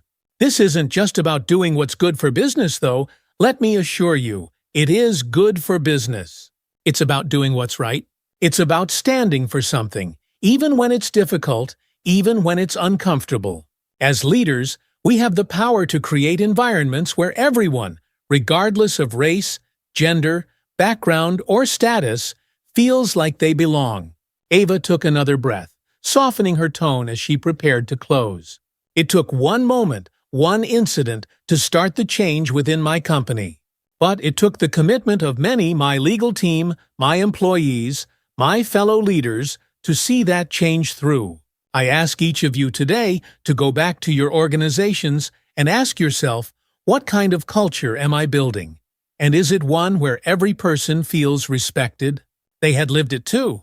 The lights dimmed slightly, and the conference host returned to the stage, thanking Ava for her powerful words. As she walked off stage, Olivia was there to greet her, smiling with pride. "You were incredible," Olivia said, giving Ava a light pat on the back. "You might not love public speaking, but you have a gift for it." Ava laughed softly. "I just spoke from the heart. Hopefully, it makes a difference." Olivia nodded. "It will. Believe me, it will." Back at the office, life had settled into a new normal. Ava continued to oversee the company's transformation, but she had also shifted her focus to broader initiatives, helping other businesses implement the same reforms she had championed within her airline. Her work was no longer confined to her own company. She had become a voice for change across industries, a role model for other leaders who wanted to create inclusive environments. A few days after the conference, Ava received an unexpected email. It was from Jenna Riley. "Ava, I hope this message finds you well. I've been thinking a lot about everything that happened over the past year. It's taken me a long time to process, but I wanted to reach out to thank you. Not for what happened, but for showing me what accountability looks like. I've been doing a lot of reflecting, and I've started working on myself. I've enrolled in a course on cultural sensitivity and inclusion, and am taking steps to understand how my actions affected you and others. I realize now that I was part of the problem, and for that, I am truly sorry. I don't expect forgiveness, but I wanted you to know that I'm committed to becoming better. I hope that in time, I can be part of the solution. Thank you again, Jenna." Ava read the email twice, absorbing Jenna's words. It was clear that Jenna had gone through her own journey of self-reflection, a journey Ava had never expected her to take. Ava had already moved past the pain of that flight, but reading Jenna's message gave her a sense of closure she hadn't realized she needed. It wasn't about forgiveness. It was about knowing that change, real change, was possible, even for those who had been part of the problem. Ava replied simply, "I appreciate your message, Jenna. Wishing you the best on your journey." As the months rolled on, Ava's work continued to expand. She partnered with nonprofits focused on workplace diversity, spoke at universities, and even sat down with government officials to discuss policies that would encourage corporate accountability. Her airline had become a model for other companies looking to reform their practices, and Ava had become a leader not just in business, but in the fight for social justice. One evening, as she sat in her penthouse apartment, sipping tea and looking out at the city skyline, Ava felt a profound sense of peace. She had been through so much rising from humble beginnings, building a business empire and fighting against the injustices that had tried to hold her back. But she hadn't just fought for herself. She had fought for something larger, something that would outlast her. Her phone buzzed on the table. It was a text from Olivia. "We're receiving another award for our diversity initiatives. Congratulations, Ava. Your work is being recognized everywhere." Ava smiled softly, her heart full. She had never sought the accolades, but knowing that her efforts were making a difference filled her with pride. Her journey wasn't over, but for the first time in a long time, Ava felt that she had truly found her purpose. She wasn't just a businesswoman. She was a change-maker, someone who had taken the pain of her experiences and turned it into something powerful, something that would continue to ripple through the world long after her work was done. As Ava gazed out at the lights of the city, she whispered softly to herself, thinking of her late mother's words, "Keep going, Ava. Don't give up." And she wouldn't. Not ever. Ava Brooks' journey had taken her to places she never thought possible. The airline's transformation was well underway, and her influence had grown beyond the company she founded. She had become a national figure and advocate for corporate accountability, a voice for inclusion, and a symbol of resilience in the face of adversity. But for Ava, the work wasn't finished.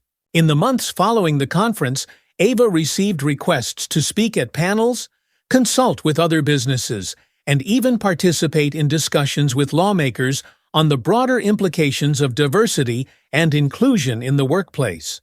She was excited, but also keenly aware that real change required more than just speeches, it required concrete action. One of the organizations that had been watching Ava's work closely was a leading civil rights group, the National Equity Initiative.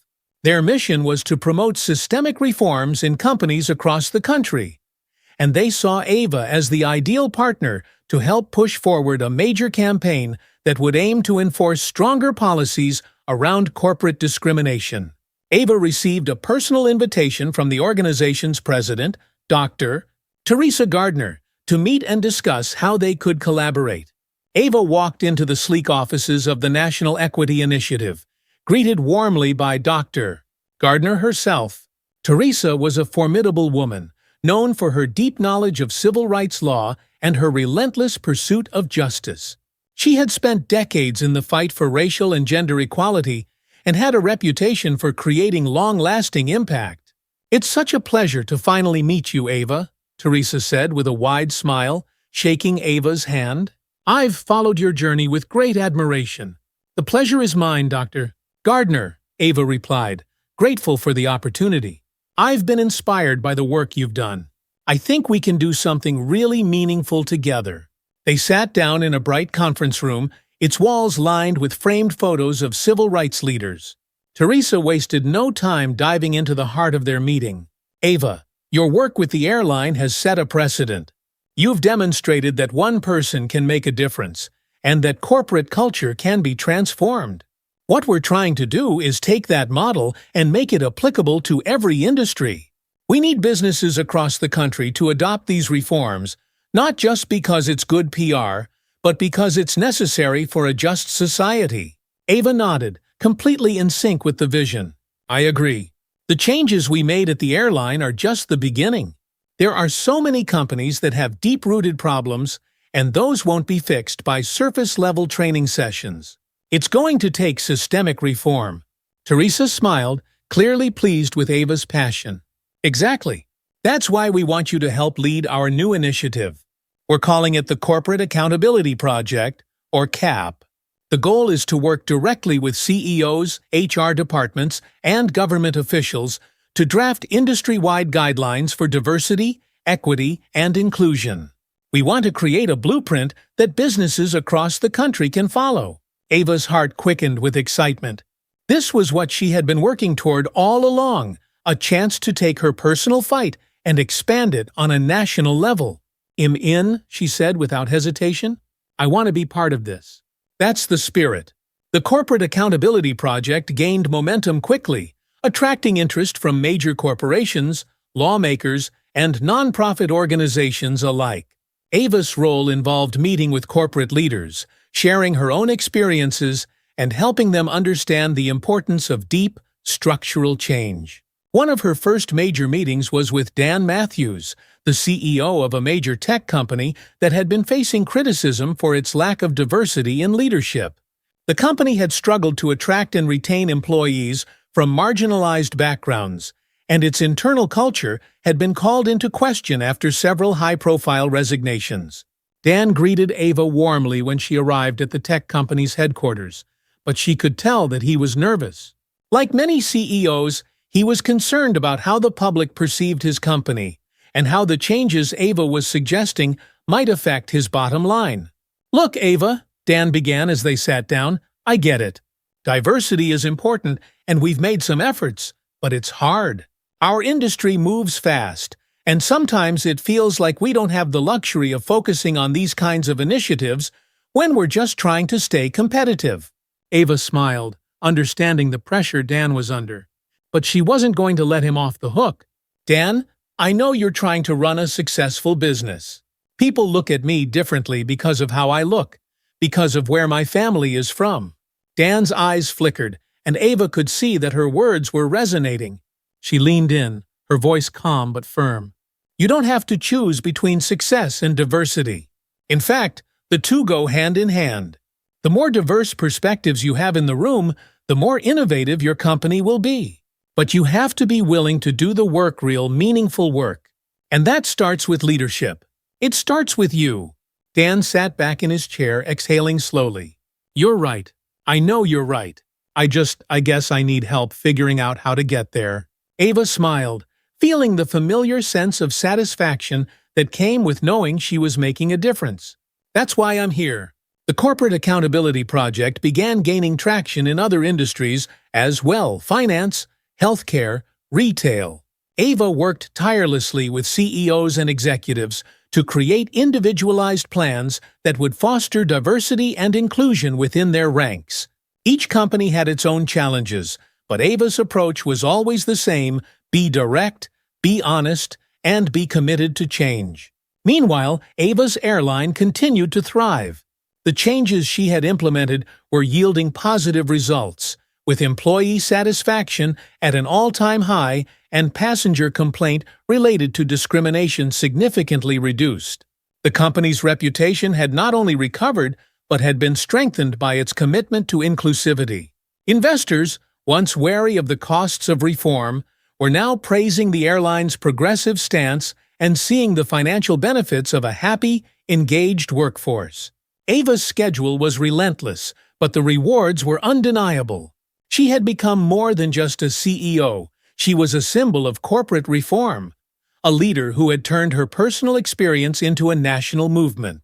One evening, after a long day of meetings, Ava returned to her office and found an invitation waiting for her on her desk. It was from the White House. She opened the elegant envelope and read the message inside. "Dear Ms. Brooks, the President of the United States requests the honor of your presence at a roundtable discussion on corporate diversity and inclusion to be held at the White House next month. Your leadership and contributions to this important issue have made a significant impact, and we would be honored to have your voice in this conversation." Ava sat down stunned. She had never imagined that her journey would take her this far. From fighting a single battle on a flight to being invited to the White House to discuss national policies on corporate accountability, it was more than she had ever dreamed of. As she sat in the quiet of her office, the weight of the invitation settled in. This was no longer just about her airline, or even about the companies she had worked with through the Corporate Accountability Project. This was about shaping the future of the entire country's approach to diversity, inclusion, and fairness in the workplace. Ava picked up the phone and called Olivia. "You're not going to believe this," she said, a smile spreading across her face. "I just got invited to the White House." As Ava walked out of her office that day, the sun shining brightly above her, she felt a deep sense of peace. She had spent her life fighting for what she believed in, and now she could see the fruits of that labor everywhere she looked. Her legacy wasn't just in the companies she had transformed, or the policies she had helped implement. It was in the lives she had touched, the people who had found their voices, who had broken through barriers, and who were now carrying the torch forward. Ava smiled as she stepped into the bustling street, knowing that her work would live on through the countless leaders she had inspired.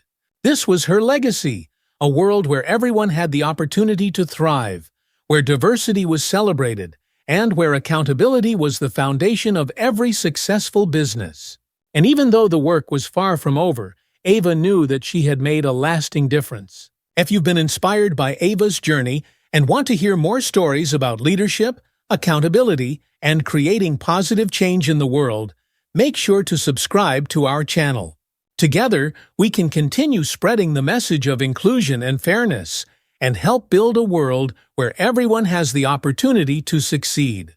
Stay tuned for more stories of transformation and leadership, because real change begins with us. Hit that subscribe button and don't miss out on the next chapter of this incredible journey. It's about a system that has been built to ignore the needs of people of color. It's about a culture that allows bias to go unchecked, because it's easier to look the other way.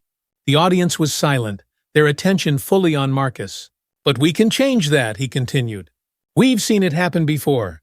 When we come together, when we hold institutions accountable, we can make real progress. But it's not going to happen overnight. It's going to take sustained effort, and it's going to take all of us. When Marcus finished his speech, the applause was thunderous. He had become more than just a survivor of discrimination. He was now a leader in the fight to dismantle the very systems that had harmed him, and so many others. Later that evening, Marcus sat in his hotel room, reflecting on the journey that had brought him to this point. From that first encounter with Gary Matthews at Green Hill Pharmacy, to standing in front of national leaders calling for systemic reform, his life had changed in ways he never could have imagined. He thought about the people he had met along the way: Sarah, Darren, Olivia Reed, the other victims who had come forward to share their stories. Each of them had played a part in this fight, and each of them had helped to push the needle of justice forward, even if just a little. Marcus pulled out his notebook, a habit he had developed during the lawsuit, where he jotted down thoughts and reflections. He opened to a blank page and began to write. Change is slow, but it's happening. Every fight, every voice, every story, it all adds up. I never wanted to be the face of anything, but now that I'm here, I can't turn back. We can't turn back. The fight for justice is hard, but it's the only fight worth having. He closed the notebook, feeling a sense of calm wash over him. The road ahead was long, but for the first time in a long time, Marcus felt at peace with where it was leading him. The more Marcus involved himself in national advocacy, the more he realized that systemic change required collaboration between different sectors of society. The fight for racial justice in healthcare couldn't be won by lawsuits alone, needed the engagement of doctors, nurses, policymakers, and, most importantly, the communities that had been most affected. One of the most significant moments in Marcus' journey came when he was invited to attend a summit on healthcare reform hosted by the American Medical Association, AMA. Healthcare leaders from across the country were gathering to discuss how to address racial disparities in patient care, and Marcus had been asked to participate in a panel alongside healthcare professionals and other advocates. Walking into the Grand Conference Hall in Chicago, Marcus couldn't help but feel a sense of both awe and apprehension. The stakes felt higher than ever. He wasn't just fighting for his own justice anymore, he was pushing for a transformation of the entire healthcare system. And now he would be standing alongside some of the most powerful voices in the field. As the panel discussion began, Marcus listened carefully to the doctors and policy experts who spoke before him. They talked about the data, the studies that showed how patients of color were less likely to receive adequate care, how their pain was often underestimated, how their symptoms were dismissed. But what was missing from the conversation, Marcus realized, was the human side, the lived experiences of the people who had suffered because of these biases. When it was his turn to speak, Marcus stood and took a deep breath.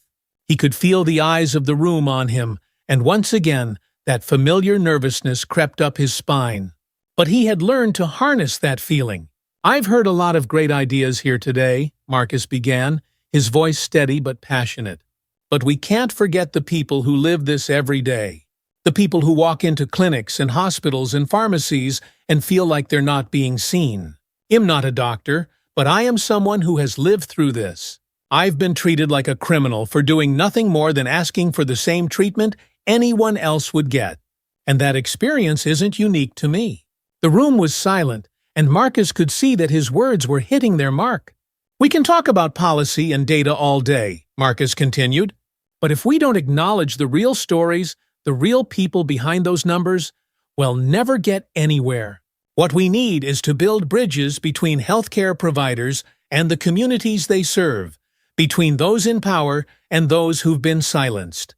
We need empathy, we need understanding, and we need accountability. The applause that followed was polite but genuine. As Marcus sat down, he knew that the fight ahead would be just as tough as the battles he'd already fought. But he also knew he wasn't alone anymore. He was working with people who shared his vision for a better, more equitable future. But through it all, Riverton remained his anchor. No matter how far his fight took him, he always came back home. On one of his returns to Riverton, Marcus was surprised to see just how much had changed in the years since his court victory. The small town had started its own conversations about racism, spearheaded by local leaders and community groups. People who had once stayed silent about their own experiences were now speaking up, sharing their stories in town hall meetings and community forums. One of the most encouraging developments was that Green Hill Pharmacy, under new management, had implemented a comprehensive anti-bias training program for its employees. Gary Matthews was long gone, but the pharmacy had taken steps to rebuild trust with the community.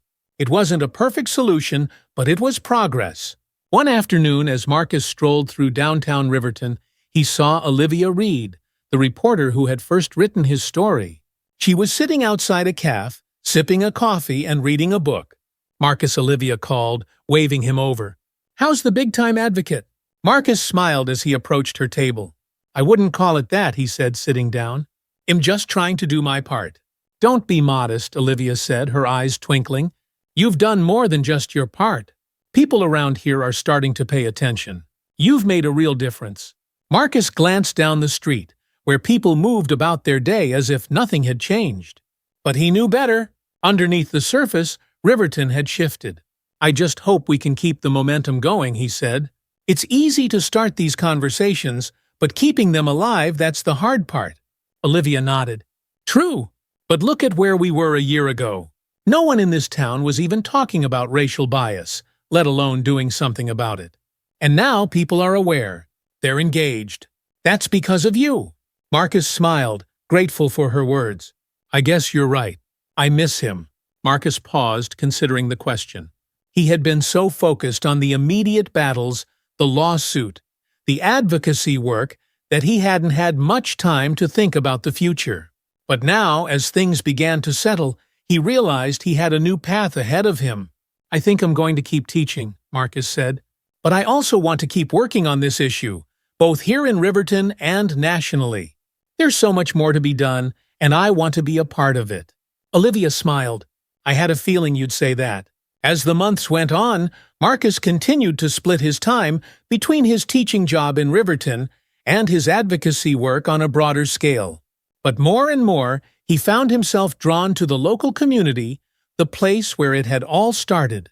He began working closely with local organizers, helping to create programs that addressed racial inequality in all aspects of Riverton life, not just healthcare, but education, law enforcement, and local businesses. The goal was to create a town where everyone, regardless of their background, could feel safe and respected. One of the most important initiatives Marcus helped launch was a youth mentorship program, pairing local high school students with mentors who could provide guidance and support. Many of these students, particularly those from marginalized communities, lacked access to the resources and opportunities they needed to succeed. Marcus saw the program as a way to give back to the community that had shaped him and to invest in the next generation. During one of the program's mentorship sessions, Marcus sat with a group of students, listening as they shared their thoughts on race, opportunity, and the future. One young man, a quiet kid named Jamal, raised his hand. "Mr. James," Jamal began hesitantly, "I know you went through a lot with that case at Green Hill. Do you ever feel like you made the right choice? Like, was it worth it?" The question took Marcus by surprise, but after a moment, he nodded. "Yes," he said, his voice firm. "It was hard, and there were times when I doubted myself. But in the end, I know I did the right thing." The foundation became a beacon of hope for those who needed it most, a testament to Tom's legacy and to the power of redemption. It's uncomfortable and it's scary, but if we don't stand up for ourselves and for others, nothing ever changes. Jamal looked thoughtful, nodding as he absorbed Marcus' words. "That's why we're all here today," Marcus continued, looking around at the students. "You all have the power to make a difference. It might not seem like it now, but one day, when you're faced with a choice to stand up or stay silent, you'll know what to do." The room was quiet, but Marcus could see the impact his words had on the students. They were listening. They were learning. And that was the most important thing. As Marcus reflected on everything he had accomplished, the lawsuit, the advocacy, the mentorship program, he realized that his life had taken on a new purpose. He was no longer just a teacher in a small town, he was a leader, an advocate, and a voice for those who had been silenced for too long. But through it all, Marcus remained humble. He knew that the fight for justice was far from over, and that every victory was just one step in a much larger journey. There would always be more to do, more battles to fight, more voices to uplift. One evening, as he sat on his front porch, watching the sun set over Riverton, Marcus allowed himself a moment of peace. The road ahead would be challenging, but for the first time in a long time, he felt ready for whatever came next. He thought about his mother, Elaine, who had worried so much about him during the lawsuit, and about Darren, who had stood by his side through every step of the process. He thought about Sarah Collins, who had believed in him even when he doubted himself. And he thought about the countless people across the country who had supported him, who had shared their own stories, and who had inspired him to keep going. This was just the beginning. The fight for racial justice, for equality, for a better world, it was long, difficult, and full of setbacks. But Marcus James was ready, and with that thought, he stood up, ready to face the new day ahead. The sun dipped below the horizon as Marcus stood on his porch, taking in the quiet evening. Riverton was still the same small town he had always known, but for him, it felt different now.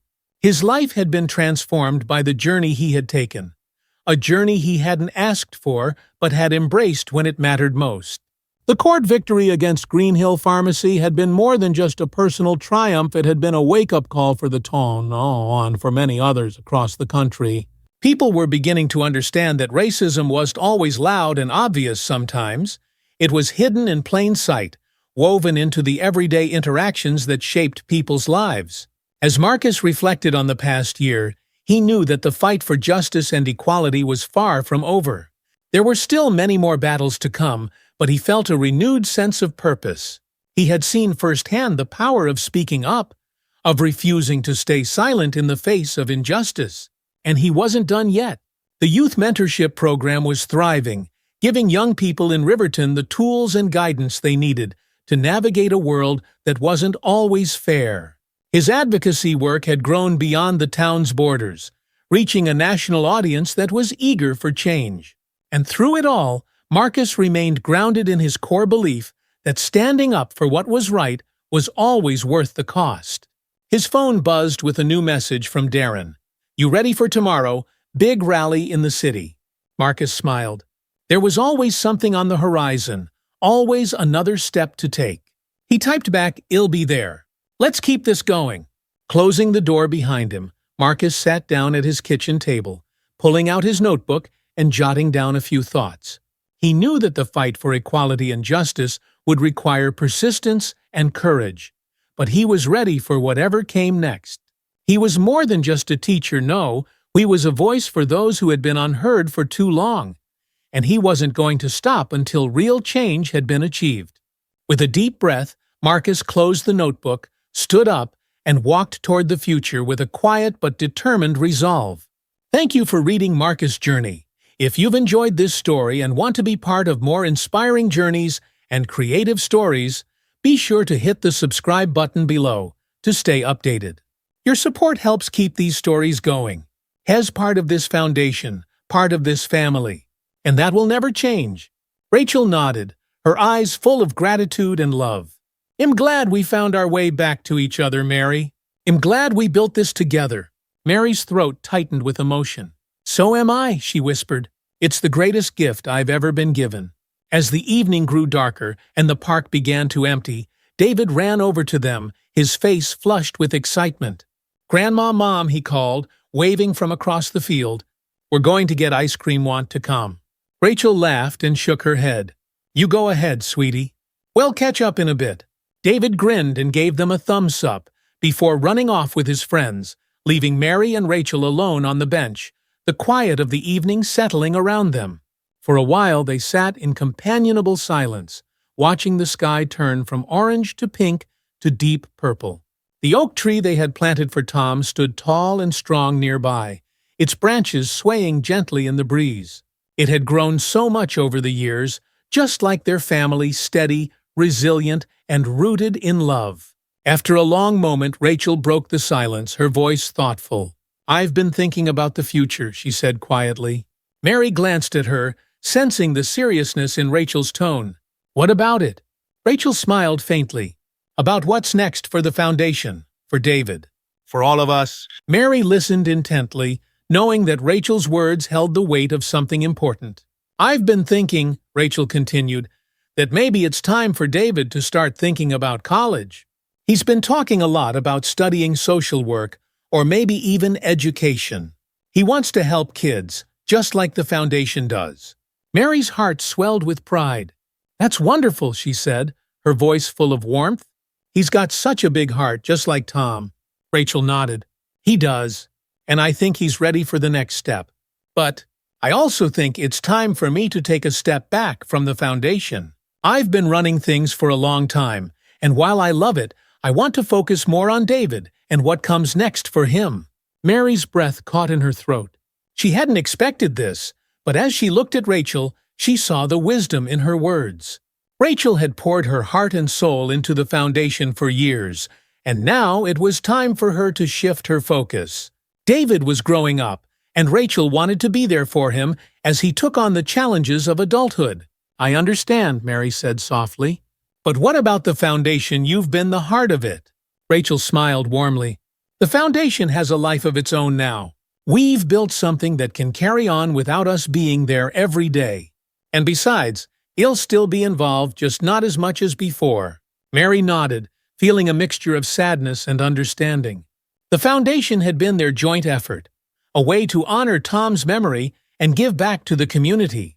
But now, it was time for things to change, for the next generation to step up and take the reins.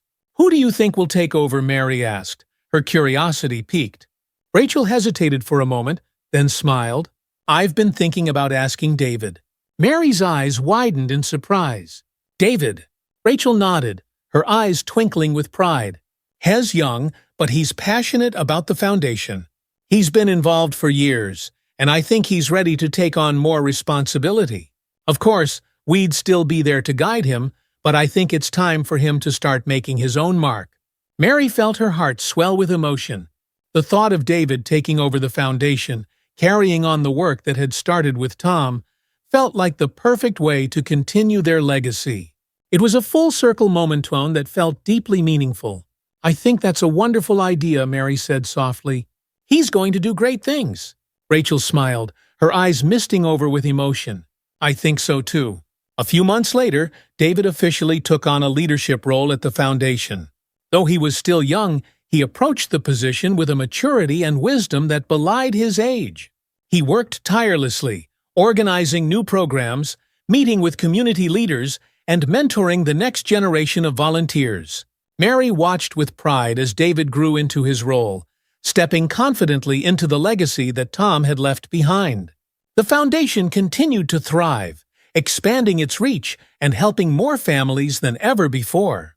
It was everything they had dreamed of and more. One afternoon, as Mary sat in her office at the foundation, Reviewing some paperwork, David knocked on the door and poked his head inside. "Hey, Grandma," he said with a smile. "Got a minute?" Mary looked up from her desk and smiled warmly. "Of course. Come on in." David stepped inside and sat down across from her, his expression thoughtful. "I've been thinking about something," he began, his tone serious. Mary set down her papers, giving him her full attention. "What's on your mind?" David hesitated for a moment, then leaned forward, his eyes bright with determination. "I want to start a new program at the foundation, something specifically for kids who have lost a parent." Mary's heart skipped a beat. "That sounds like a wonderful idea," she said softly. "What made you think of it?" David glanced out the window, his expression thoughtful. "I've been thinking a lot about Dad lately," he said quietly, "about how much I wish I could have known him. And I know there are other kids out there who feel the same way about their parents' kids who are dealing with that kind of loss. I want to create a space where they can talk about it, where they can get support, and feel like they're not alone." Mary felt tears prick at her eyes. She had always known that David had a big heart, but hearing him speak with such passion and empathy filled her with pride. "That's a beautiful idea, David," she said, her voice thick with emotion. "I think your dad would be so proud of you." David smiled, his eyes glistening with unshed tears. "I just want to make a difference, like he did."